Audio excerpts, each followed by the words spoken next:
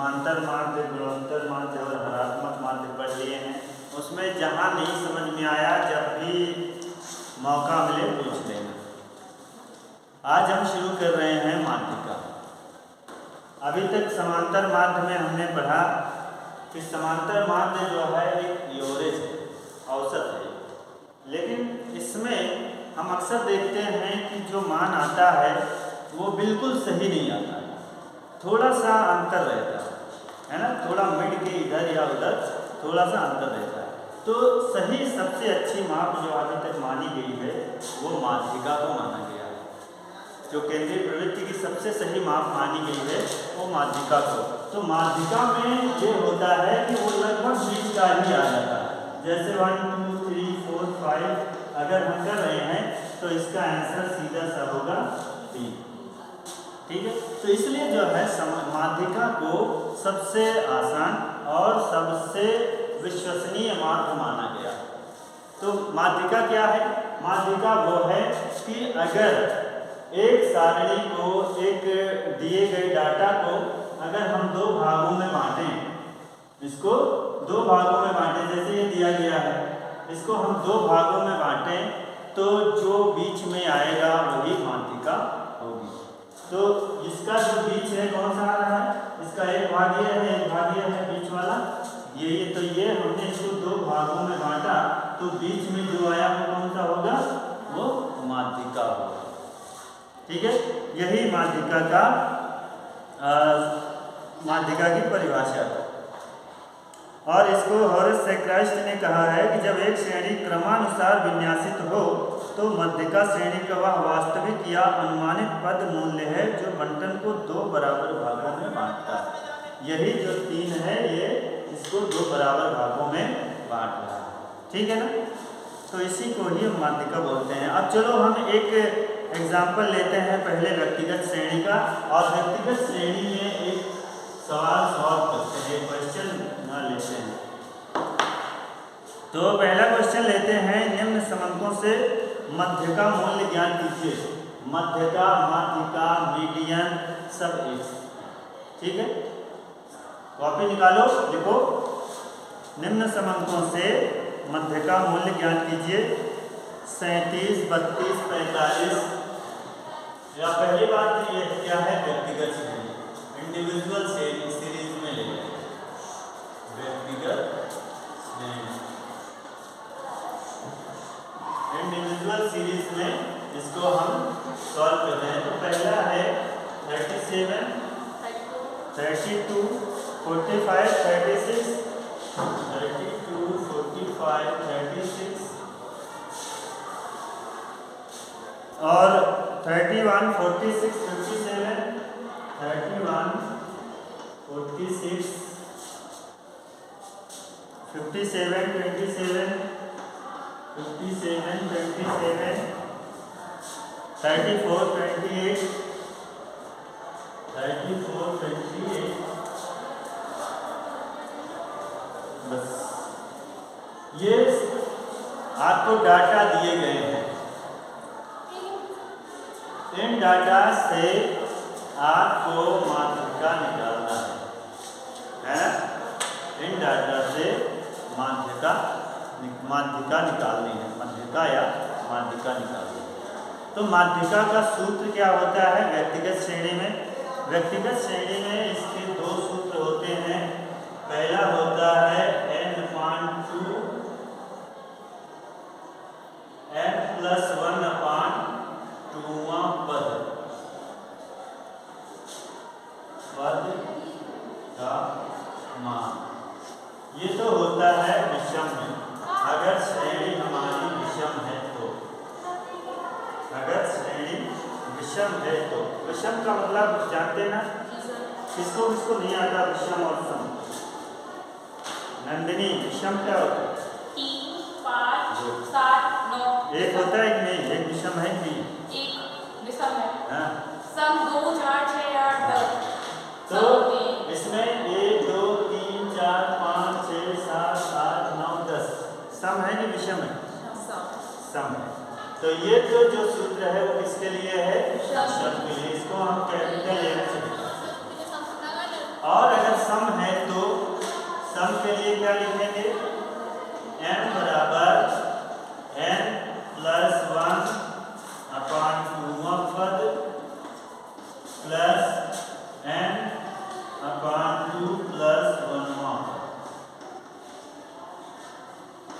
और पूरे का बटा 2 होता है। ठीक है, ये है अगर श्रेणी, अगर हमारे ये पद सम हैं तो। अब चलो इस सवाल को सॉल्व करते हैं। तो इसको सॉल्व करने के लिए हमें सबसे पहले इसको आरोही या अवरोही क्रम में लगा लेना पड़ता है। किसको आता है कि आरोही क्या है और अवरोही क्या है? आता है? आता है सबको? आरोही क्या है? वंदना सर जैसे ऊपर बढ़ते हुए क्रम में लिखना है, बढ़ते हुए क्रम में लिखना। आरोही, अवरोही बढ़ते हुए क्रम से घटते हुए क्रम। हाँ, बढ़ते हुए और घटते हुए, तो आरोही में लिख लेते हैं। ये मिटा दें। तो हम सबसे पहले सॉल्व करने के लिए इसको आरोही या अवरोही क्रम में लगा लेते हैं। तो ज़्यादातर हम लोग आरोही क्रम में लगाते हैं। चलो आरोही क्रम में ही लगा लें। आरोही क्रम सबसे पहले आरोही में कौन सा आएगा? 27। सबसे जो छोटा होगा 27 आ गया। फिर उससे बड़ा 28, फिर 31 भी तो है। 31 ये 27 हो गया, 28 हो गया, फिर 31 है, फिर 32 है, फिर 34 है, फिर 36 है,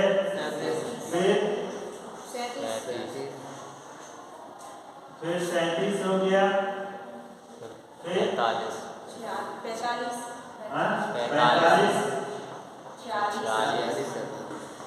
45 के बाद 46 हो गया, 46 के बाद 57। अब इसको देखो 10 ये भी है कि नहीं है? 1 2 3 4 5 6 7 8 9 10 है कॉम्प्लीट। इसका मतलब सभी संख्याएं आ गई, सारे डाटा यहाँ लिखे जा चुके। तो अब क्या करना है? हमें सूत्र लगाना है ना? कौन सा? ये सम है तो सम वाला सूत्र लगेगा। सम वाला सूत्र कैसे लगाते हैं? m इक्वल टू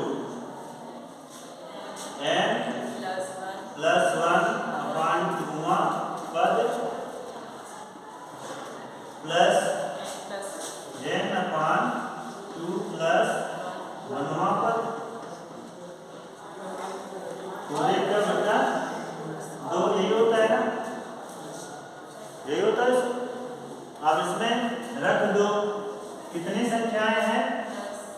हाँ, 10 है। तो n का मतलब 10, 10 प्लस 1 अपॉन 2 प्लस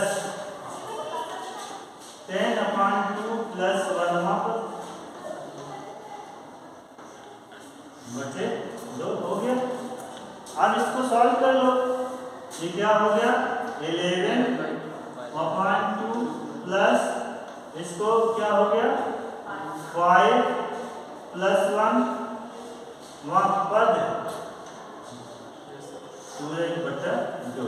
तो ये क्या हो गया? 5.5 प्लस 5 और 6 पद बटे 2।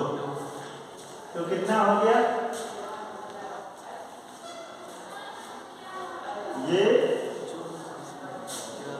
ये प्लस 1 नहीं रहेगा यहाँ पे केवल n अपॉन 2 पर प्लस n अपॉन 2 प्लस 1 पर। तो ये रहेगा 10। ये हो गया हमारा 5 प्लस 6 पर बराबर कितना हो गया? 5वां पद कौन सा है? 5वां पद काउंट करो। 1 2 3 4 5 कितना हो गया?